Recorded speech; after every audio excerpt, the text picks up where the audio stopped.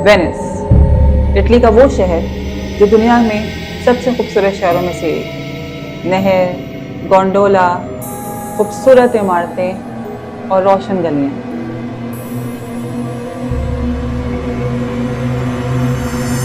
और इसी शहर से बस कुछ ही दूर पर, सिर्फ कुछ किलोमीटर दूर पर, लगून के अंधेरे पानी में एक ऐसा टापू है जिस पर आज तक कोई नहीं रहता और जिसके पास जाना इटली के कानून के खिलाफ है और जिसके पास से मछुआरे अपनी नाव मोड़ लेते हैं क्योंकि उनको डर है कि उनके जालों में कहीं इंसानी हड्डियां ना फंस जाएं।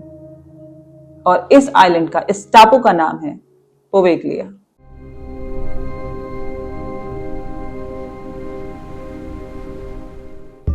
तो आज की कहानी हमारी इसी टापू के बारे में, जो शायद सबसे ज्यादा कर्स्ड, बहुत दर्दनाक और शायद सबसे ज्यादा भूतिया है। कहते हैं पहले यहां सब कुछ नॉर्मल था, वहां पे लोग रहते थे, जिंदगी बिल्कुल आबाद थी।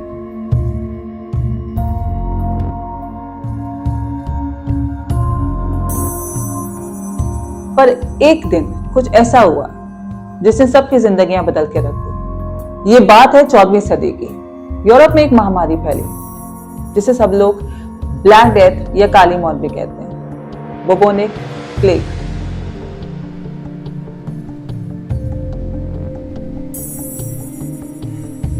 इस बीमारी में इंसान के जिस्म पे काले धब्बे पड़ जाते थे, बुखार आता था, अजीब सी तबीयत खराब होती थी और फिर अचानक मौत। मतलब इसका कोई इलाज नहीं था, कुछ भी ट्रीटमेंट नहीं था, सिर्फ और सिर्फ था तो मौत का इंतजार। वेनिस एक बड़ा हार्बर था, एक बड़ा बंदरगाह जहां पे रोज 30 से 40 शिप आया करते थे। और एक बार वहां पे एक ऐसा शिप आया जिसपे जो सवार लोग थे उनकी पूरी बॉडी पे काले धब्बे थे। तो वेनिस के जो अधिकारी थे उन्होंने ये डिसाइड किया, उन्होंने डिसीजन लिया कि इन लोगों को ऐसे शहर में नहीं छोड़ा जा सकता, इनको कोई एक पर्टिकुलर जगह होगी वहां पे छोड़ देना चाहिए बिना किसी ट्रीटमेंट के। और वो जगह थी पोवेगलिया। वेनिस से शिप्स भर भर के लोगों को पोवेगलिया लेके जाया जाता, उनको वहां छोड़ दिया जाता बिना किसी ट्रीटमेंट के। वहां पे उनको कोई दवा, कोई इलाज नहीं दी जाती थी तो सिर्फ एक दर्दनाक मौत, वो मौत जो इंतजार कर करके आती थी। आप इमेजिन कीजिए कि आप एक ऐसी जगह पे हैं जहां पे आपको सिर्फ इंतजार करना है मौत का। खुदा ना करे किसी के साथ ऐसा हो। 14वीं सदी में एडमिनिस्ट्रेटर्स को लगा कि ये एक लाइलाज बीमारी है, इसका कोई इलाज नहीं है और अगर ये लोगों के बीच में रहे ये लोग तो बाकी सब लोगों को भी ये बीमारी फैल जाएगी। इसलिए इनको अछूत समझकर एक ऐसे आइलैंड पर डाल दिया गया जहां पे उनका इंतजार सिर्फ मौत कर रही थी।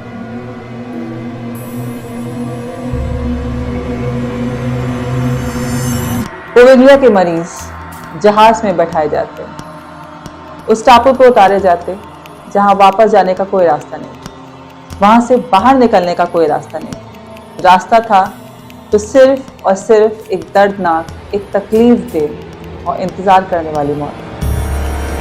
और फिर कुछ दिन बाद लोग मरने लगे, पहले 1, फिर 10, फिर 100, फिर 1000, फिर बहुत सारे।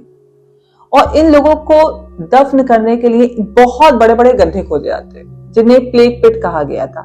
क्या किया जाता कि बहुत बड़े थे, क्योंकि इतने सारे लोगों की कब्र बनाना वाज नॉट इजी, राइट? क्योंकि इतने सारे लोगों की कब्र बनाना वाज नॉट इजी, तो क्या किया जाता, एक बड़ा सा गड्ढा खोदा जाता और उसके अंदर लोगों की लाशों को डाल दिया जाता, उस गड्ढे को भर दिया जाता। मतलब उनका सही से अंतिम संस्कार, जो लास्ट राइट्स होते हैं, वो तक नहीं किया गया था।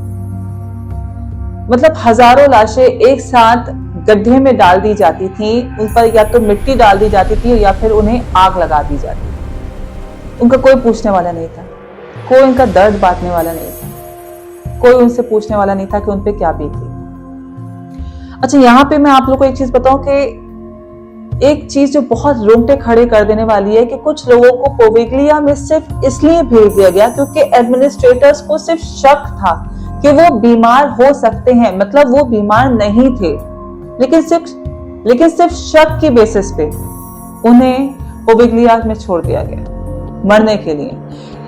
आप सोच सकते हैं कि आप बिल्कुल ठीक है, तंदुरुस्त है, लेकिन सिर्फ एडमिनिस्ट्रेटर्स को लग रहा है कि ये इंसान बीमार पड़ सकता है या उसको सिर्फ खांसी आई, ये ठीक है, तो उनको ये ऐसा लगा कि वो बीमार पड़ सकता हो, इसलिए उसको पोविग्लिया आइलैंड पे फेंक दिया गया मरने के लिए, सिर्फ शक के बेसिस पे। क्या ये इंसानियत थी? क्या ये इंसाफ था?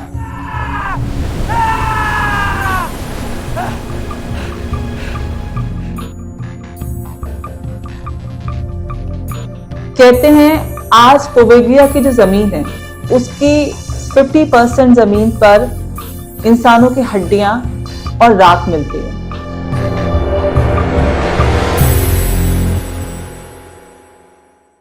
कहते हैं मछुआरे वहां पर अगर जाते, उसके पानी के पास जाते और उनके जालों में अगर हड्डियां फंस जाती हैं, इंसानों की हड्डियां अभी भी वहां पे पाई जाती हैं, तो वो लोग उसे अपशगुन मानकर वो सारी मछलियां वापस फेंक देते हैं।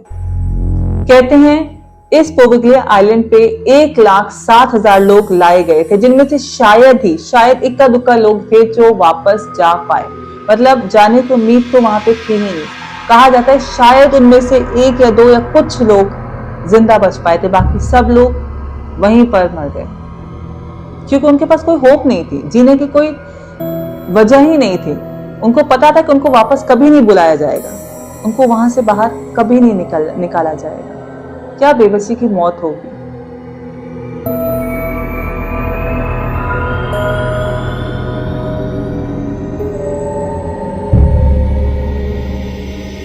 कई साल गुजर गए, पोविग्लिया आइलैंड पे कोई नहीं जाता था, वहां कोई नहीं रहता था। फिर अचानक से एक बार इटली की जो सरकार थी उन्होंने कुछ डिसीजन लिया। उन्होंने तो कहा कि इस आइलैंड को क्यों ना किसी चीज के लिए यूज किया जाए, उसको कुछ यूटिलाइज किया जाए, उसकी जमीन को। तो उन्होंने क्या किया, उसको एक और इम्पोर्टेंट काम के लिए यूज किया गया जो उनके हिसाब से इम्पोर्टेंट था। वहां पे एक मेंटल अजाइलम बनाया गया, पागलों का हॉस्पिटल।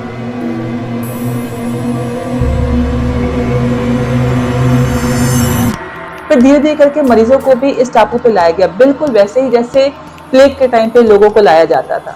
उनको भी वहां पे बेसहारा छोड़ दिया गया। कहते हैं वहां पे जो डॉक्टर्स और नर्सेस थे वो रात को सही से सो नहीं पाते थे, उनको एक अजीब सी बेचैनी होती थी। उनको ना लगता था जैसे बाहर कोई रो रहा है, कुछ आवाजें सुनाई दे रही हैं, कोई चीख रहा है दर्द के मारे। शायद प्लेग विक्टिम्स की रूहें आज भी वहां पे थी और इंसाफ का इंतजार कर रही थी।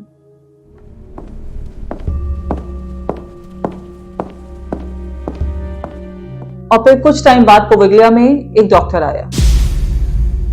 इतिहास के पन्नों में उस डॉक्टर का नाम कहीं नहीं है, शायद इसलिए क्योंकि वो याद करने लायक ही नहीं था, या शायद इसलिए क्योंकि लोग उसको याद रखना नहीं चाहते थे। वो डॉक्टर एक्सपेरिमेंट्स करता था, अजीब से एक्सपेरिमेंट्स, उन पागल मरीजों के ऊपर, उन बेसहारा लोगों के ऊपर, बिना एनेस्थीसिया दिए, बिना किसी परमिशन के और बिना इंसानियत के। No, let me go! Hold still. This is for your own good. Stop, please! ये डॉक्टर ना उस जमाने में एक प्रोसीजर होता था जिसे लोबोटोमी कहते थे। ये क्या होता है लोबोटोमी? बेसिकली क्या होता है, छेनी हथौड़ी लेके उस जमाने में डॉक्टर मरीजों की दिमाग की हड्डी के ऊपर रखते थे, सर की हड्डी के ऊपर रखते थे और बिना किसी एनेस्थीसिया के, बिना बेहोश किए उन लोगों के माथे के ऊपर, सर के ऊपर छेनी हथौड़ी से ठोका जाता था, मतलब उनकी चीखें निकल जाती थी।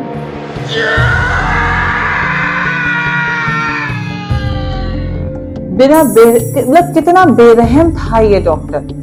उसको ऐसे एक्सपेरिमेंट्स करने में मजा आता था, खुशी होती थी जब उसको मरीजों की आवाजें सुनाई देती थी, वो खुश होता था। और उन मरीजों को सुनने वाला कोई नहीं था, जैसे प्लेग के लोगों को सुनने वाला कोई नहीं था, क्योंकि पोविग्लिया वो आइलैंड था जहाँ पे कोई सुनवाई नहीं थी। वहां पे सिर्फ लोगों को सजा दी जाती थी, उनकी बीमार होने की सजा, उनके अकेले होने की सजा। आपको पता है ये डॉक्टर ऐसा क्यों करता था? क्योंकि वो एक्सपेरिमेंट्स में जानना चाहता था कि अगर किसी के माथे के ऊपर बिना एनेस्थीसिया दिए ऐसे मारोगे छेनी हथौड़ी से तो कैसा फील होगा। सिर्फ वो ये एक्सपीरियंस करना चाहता था। और कहते हैं मरीजों की आवाजें वेनेजिया तक सुनाई देती थी, लेकिन कोई कुछ नहीं करता था, कोई सुनवाई नहीं थी वहां पे, क्योंकि लोग कहते थे वो पागल हैं जो लोग चीखते हैं, और पागलों की आवाज कौन सुनता है, उनकी बात कौन सुनता है।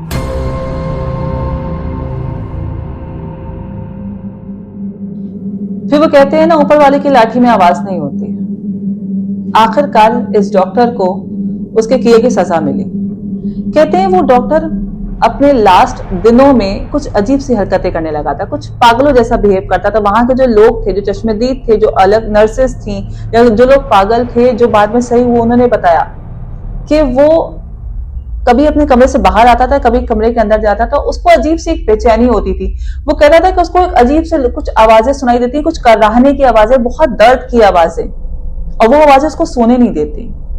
शायद वो प्लेग के जो लोग थे जिनको मारा गया था, या फिर जो मेंटल असाइलम के लोग थे जिन पे ये एक्सपेरिमेंट्स करता था, जो मर चुके थे, उनकी रूहें अब भी वहां पे फंसी हुई थी, और वो शायद अपना बदला लेना चाहती थी, और अब उनको वो इंसान मिल गया था जो जुल्म करता था, और वो रूहें उस जालिम से अपना बदला लेना चाहती थी। वो उस बात का बदला लेना चाहती थी कि उनके ऊपर जो जुल्म हुआ, उनको जो वहां छोड़ दिया गया पोवेगली आइलैंड में, अब वो इंसाफ चाहती थी, और वो इंसाफ इस तरीके से मिला।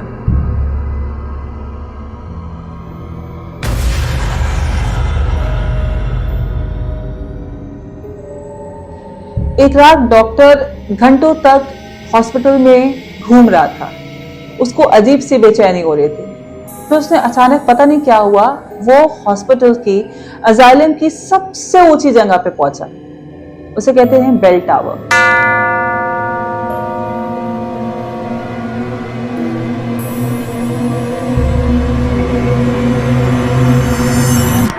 वो वहां पे गया और ऊपर से कूद गया, और देखने वालों ने देखा कि वो जब नीचे कूदा तो वो पूरा जमीन के ऊपर नहीं आया था। कहते हैं कि एक काला धुआं सा था जिसने उसको पकड़ लिया था, और फिर बहुत तेजी में उसको नीचे फेंका गया, और कहा जाता है शायद वो जो रूहें थी उन्होंने उसको ऊपर से नीचे फेंका था, और बाद में उसको शायद कैच करके इतनी तकलीफ दे तरीके से नीचे फेंका कि वो बिल्कुल बचे ही ना। उसके दिमाग की हड्डियां टूट गई थी, उसके हाथ पैर टूट चुके थे, लेकिन फिर भी मुझे लगता है ये तो बहुत आसान मौत थी उसके लिए, क्योंकि जो तकलीफ उसने मरीजों को दी थी और जो तकलीफ प्लेग विक्टिम्स ने सही थी, वो तो इससे कई गुना ज्यादा थी। वो कहते हैं ना, जब हम किसी को हर्ट करते हैं ना, तो अपनी बारी का इंतजार करना चाहिए। यही हुआ उस डॉक्टर के साथ। फाइनली उसको उस किए की सजा मिल गई, और शायद उन प्लेग विक्टिम्स को और उन मेंटल अजाइलम में जो लोग मरे, उनको शायद थोड़ा सा इंसाफ मिल गया, एक रॉन्ग डूअर को सजा देकर।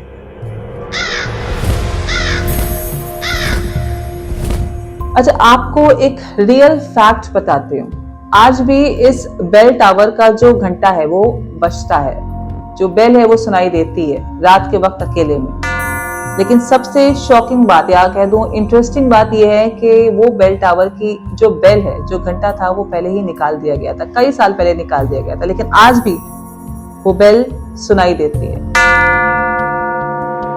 कई बार मछुआरों ने वो आवाज सुनी है, और शायद इसी वजह से वो पोवेगलिया के आसपास नहीं जाते। वो उस पानी को श्रापित समझते हैं, उस टापू को श्रापित समझते हैं।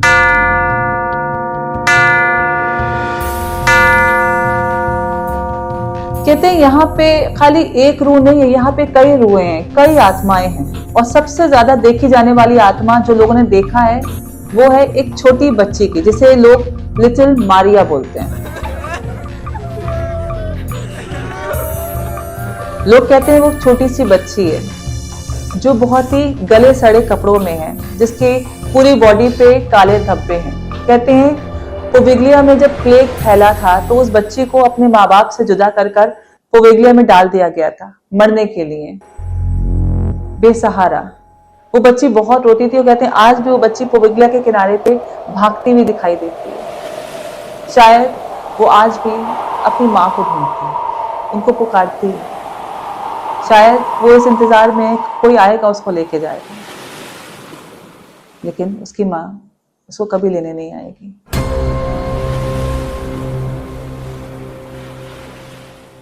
पोवेग्लिया आज भी वहीं पे है, वेनिस से बस कुछ किलोमीटर की दूरी पर, एक जगमगाते शहर से थोड़ी सी दूरी पर एक काला टापू, एक सुनसान, एक वीरान टापू आज भी वहीं पे खड़ा है।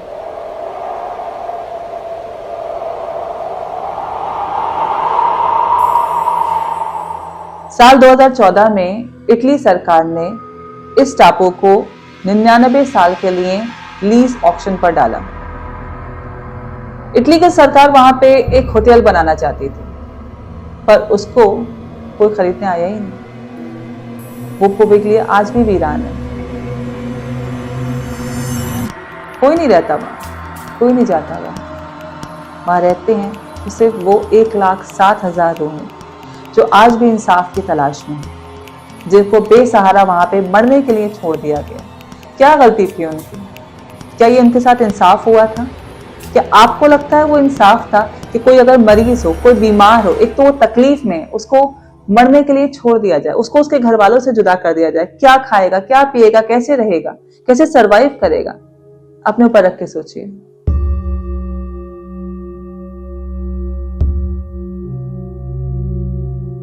और आप प्लीज कमेंट सेक्शन में बताइएगा कि आपने कभी पोवेग्लिया के बारे में सुना है? क्या आप कभी इटली गए हैं तो आपने पोवेग्लिया आइलैंड देखा है? भले ही दूर से ही सही। कभी जाइएगा तो वेनिस से थोड़ी सी दूर पे पोवेग्लिया आइलैंड को देखिएगा जरूर, और जब देखिएगा तो याद करिएगा उन रूहों को, उस छोटी सी बच्ची की रूह को जो अपनी माँ का आज भी इंतजार कर रही है। तो ये थी कहानी पोवेग्लिया की। आई होप आपको पसंद आई होगी। अगर आपको हमारी कहानी पसंद आई है तो प्लीज हमारे चैनल को सब्सक्राइब कीजिए और बेल आइकन दबाना मत भूलिएगा। और अगर आपके पास भी कोई कहानी है जो आप हम तक पहुंचाना चाहते हैं, हमारे व्यूवर्स को सुनाना चाहते हैं, तो हमारी ईमेल आईडी डिस्क्रिप्शन बॉक्स में दी हुई है, आप उस पर हमें कहानी भेज सकते हैं। अगर आप चाहें तो अपनी स्टोरी, अपना वॉइस नोट हमें हमारे इंस्टाग्राम अकाउंट खौफनामा बाय अदा पे भी भेज सकते हैं। और प्लीज आपसे रिक्वेस्ट है कि हमारे खौफनामा बाय अदा को भी फॉलो कीजिए इंस्टाग्राम पर। आपके सपोर्ट से, आपके प्यार से हमें बहुत ज्यादा इंकरेजमेंट मिलता है। तो मैं हूं अदा और ये मैं सुना रही थी आपको खौफनामा की कहानी। मिलती हूं आपसे नेक्स्ट एपिसोड में, तब तक अपना बहुत ख्याल रखिए। खुदा हाफिज, शब बखैर।